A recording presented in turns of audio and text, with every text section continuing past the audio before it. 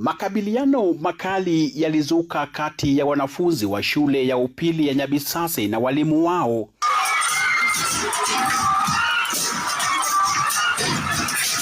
Hebu tazama jinsi urushwaji mawe uliteka anga saa za asubuhi kati ya walimu na wanafunzi waliomkataa mwalimu mkuu mpya. Inaarifiwa kuwa wanafunzi walikataa kuitikia wito wa kusitisha ghadhabu zao dhidi ya mwalimu huyo mkuu mpya.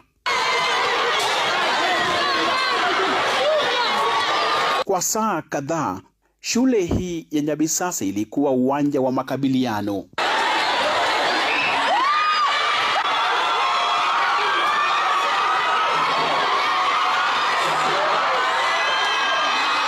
Katika kanda hii ya Mwanagenzi, baadhi ya wanafunzi wanaonekana wakiwa wamejifunika uso na karatasi za sandarusi wakijaribu